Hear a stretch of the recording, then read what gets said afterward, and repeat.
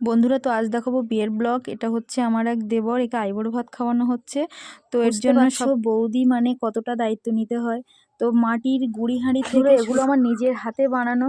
তো কেমন হয়েছে আমার বানানোটা, ফার্স্ট টাইম এটা আমি করছি। তো এবার আমরা চলে আসলাম গায়ে হলুদ পর্বে।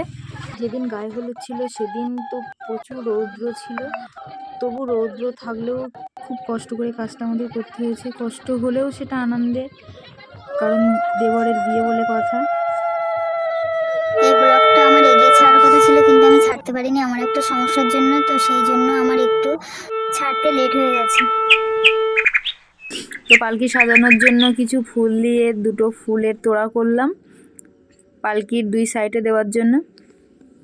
তারপর সব জায়েরা মিলে জল সইতে গেছিল। বর বেরিয়ে যাওয়ার আগের কাজ ছিল আমাদের, সেজন্য আগের থেকে ওটা করে বরকে রেডি করে দিলাম। তো বর এবার বিয়ে করতে চলে যাচ্ছে। তো আমরাও আমাদের যেহেতু পার্লার ছিল না, তো আমরা নিজেরাই সাজগোজ করে বেরিয়ে এসেছি।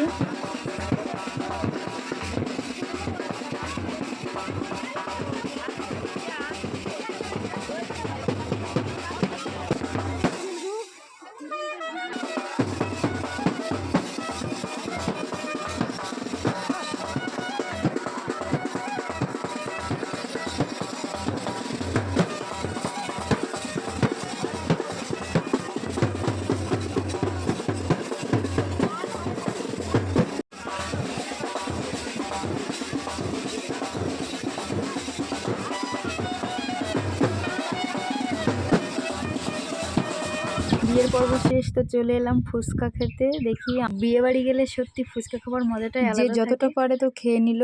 তো সত্যি কথা বলতে আমার ফুচকার দিকে অত বেশি ইচ্ছাও হয় না, তবুও একটা, শুধুমাত্র একটা খেলাম ওদের কথাটা রাখার জন্য।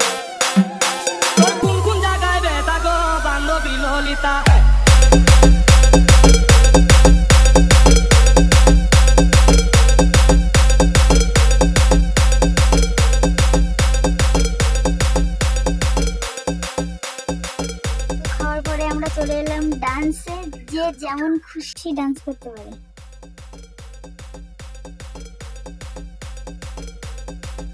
গোবিন্দ গোবিন্দ গোবিন্দ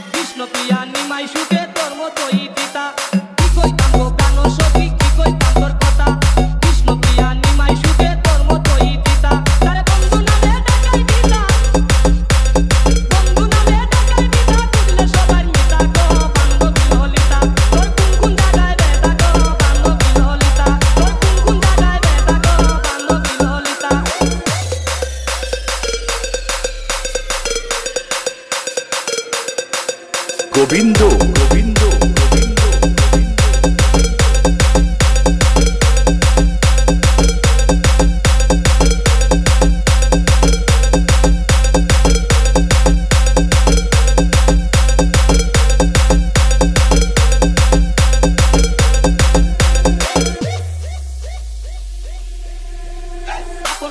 বাইরে রেখে করলে কৃষ্ণ পূজা, ঘরের ভিতর মহারথী দিলে তারে সাজা।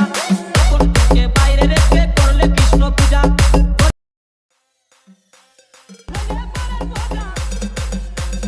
আমাদের ডান্স শো শেষ হওয়ার পরে তো চলে এলাম আমরা ফটোশ্যুটে। আমার এই ছোট্ট বিয়ের ব্লগটা তোমাদের কেমন লেগেছে প্লিজ কমেন্ট করে জানিও। সবাই ভালো থেকো, টাটা।